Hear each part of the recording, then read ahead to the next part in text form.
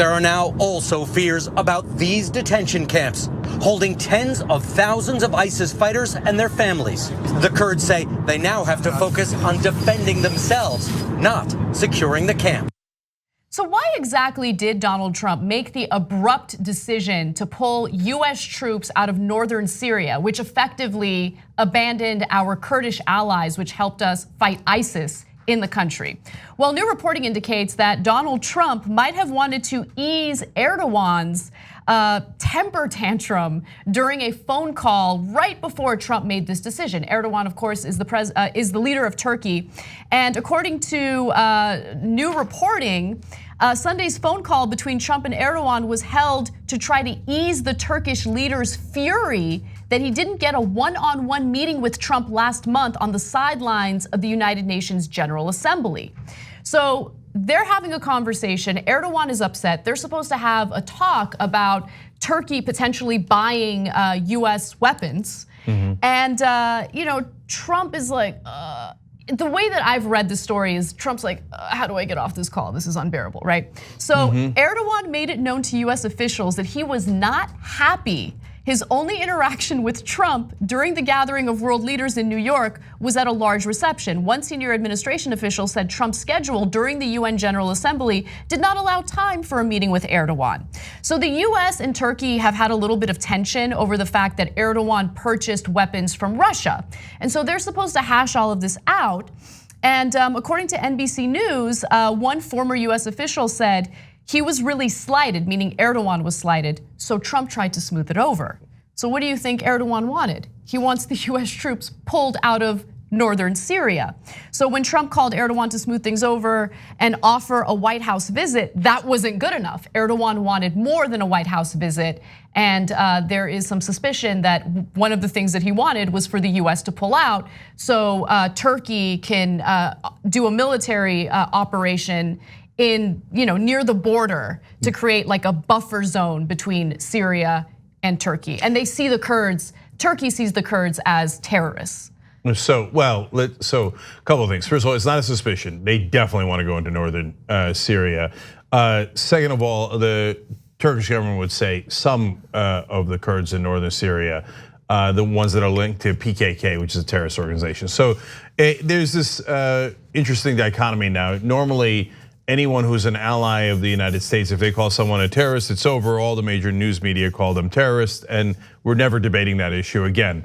But now since America has allies in Turkey and the Kurds, all the major media are like, okay, what does the White House say is our propaganda talking points? Oh, what Turkey calls the terrorist organization of PKK. That's interesting. Anyway, and if you notice, Nikki Haley said hashtag Turkey's not our friend. Now she was the US ambassador to the United Nations.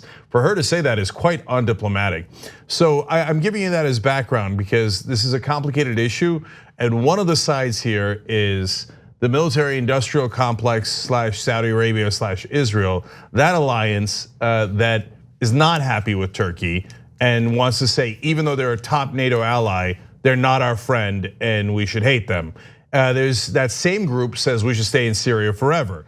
So they are wrong, I think, on both of those counts. On the other hand, what Trump did in allowing Turkey to roll into northern Syria is a terrible idea.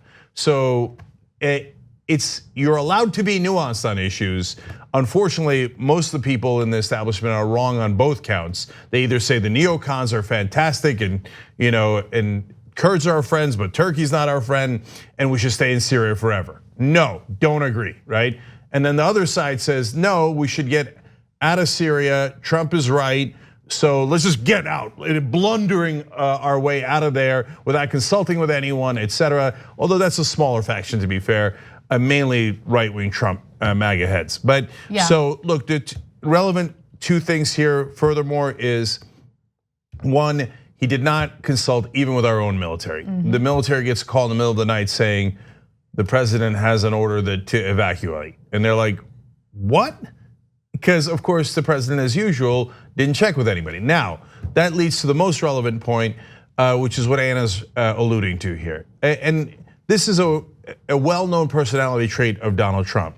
despite appearing to be a tough guy and firing people on a regular basis and being known earlier in his reality show clown days, as opposed to the president clown days, his catchphrase was "You're fired." But in reality, according to all the reporting with people who worked at the Trump organization in the White House, he actually does not like face-to-face conflict.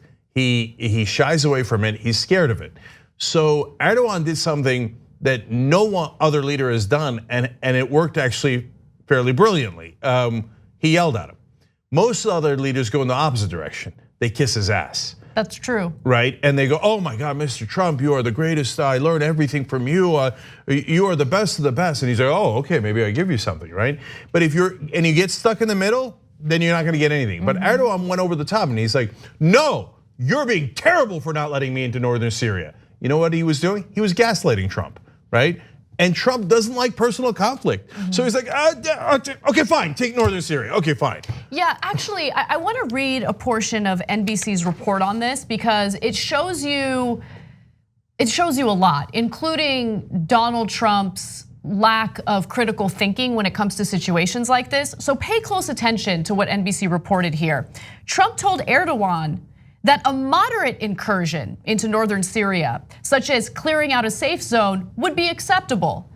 But he said a large invasion that leads to major combat operations would be unacceptable. If Turkey did launch a large military operation, Trump warned Erdogan the US would completely withdraw from Syria, according to one senior US official. Okay, wait a minute, hold on. So that makes no sense.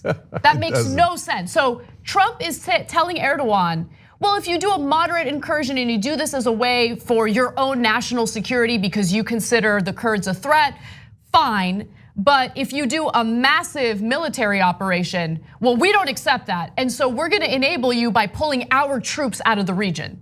Like, no sense. Trump's former special envoy in charge of fighting ISIS quit earlier because he's like, this guy doesn't know what he's talking about, has now come out and said he has no idea what's happening on the ground. So first of all, 2 huge wins for Erdogan in that conversation.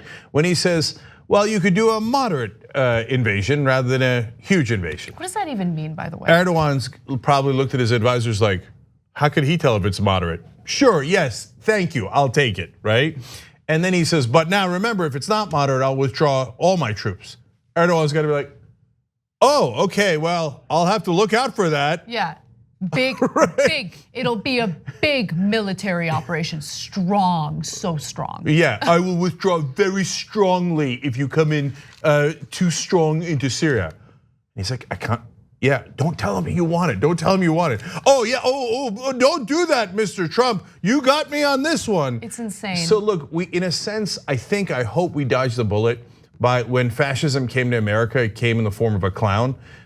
Because people who are better at this game of being authoritarian, like Putin and Erdogan, they're much savvier than Donald Trump. So if you notice, those are the 2 guys, and even Kim Jong-un, who's so young, but maybe a natural born dictator, comes in and they play him so easily. I mean, they got him on a string. So Russia seems to have some sort of special relationship with Trump, let's put it that way. That makes it easier. But for Erdogan to play him like the fool that he is here I mean, you gotta hand it to him. I don't want Turkey to go into Syria. I think it's the wrong policy, but man, Erdogan schooled him. So there's one other part to this that I want to make sure you guys know about. Now remember, following backlash that Trump received for his abrupt decision, and he got the backlash not only from Democrats, but also Republicans who just want perpetual war. He backpedaled a little bit by saying on Twitter that if Turkey goes through with this military operation, he's gonna destroy their economy, he'll obliterate it. Well, then today he switched gears a little bit and was a little softer on Turkey, and I want to share that with you. First, a US official who spoke to NBC News said, quote, even Trump is starting to realize that maybe he didn't handle this too well and is maybe trying to walk it back. I think you're going to see some backpedaling. Now, he does backpedaling and then forward pedaling and then backpedaling again. And here's the example. Here's what he tweeted recently. We may be in the process of leaving Syria, but in no way have we abandoned the Kurds. That's exactly what he did. He did abandon the Kurds, who are special people and wonderful fighters. Likewise, our relationship with Turkey, a NATO and trading partner, has been very good. Turkey already has a large Kurdish population and fully understands that while we only had 50 soldiers remaining in the section of Syria, we had 1,000, not 50, and they have been removed. Any unforced or unnecessary fighting by Turkey will be devastating to their economy and to their very fragile currency. We are helping the Kurds financially / weapons, but that's just not true. We have literally abandoned the Kurdish fighters who have assisted us in the fight against ISIS in Syria. So everything he says sounds like he just learned it, because he just learned it. So he's like, did you know that Turkey has a large Kurdish population? Yeah, actually. Now, like, you might not have known that because that's not your expertise, but anyone who has a foreign policy experience knows that.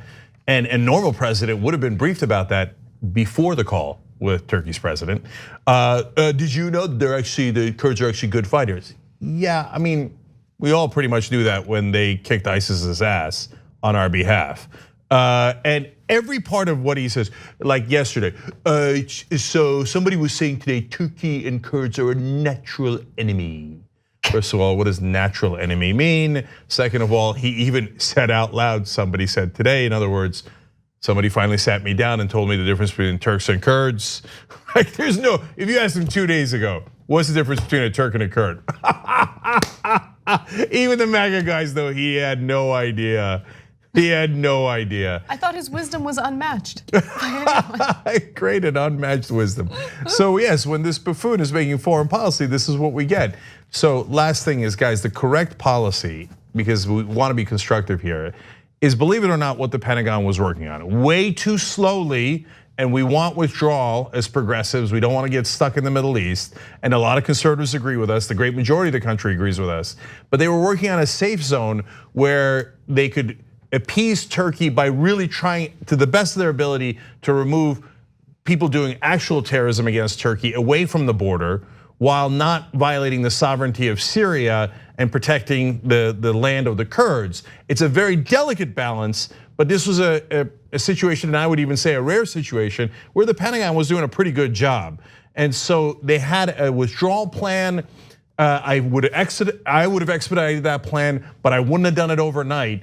And so Trump came in here and ruined a good plan that they had, botched it, because he just doesn't know anything. Thanks for watching The Young Turks, really appreciate it.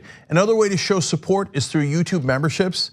You'll get to interact with us more. There's live chat emojis, badges. You've got emojis of me, Anna, John, JR. So those are super fun. But you also get playback of our exclusive member-only shows and specials right after they air. So all of that, all you gotta do is click that join button right underneath the video. Thank you.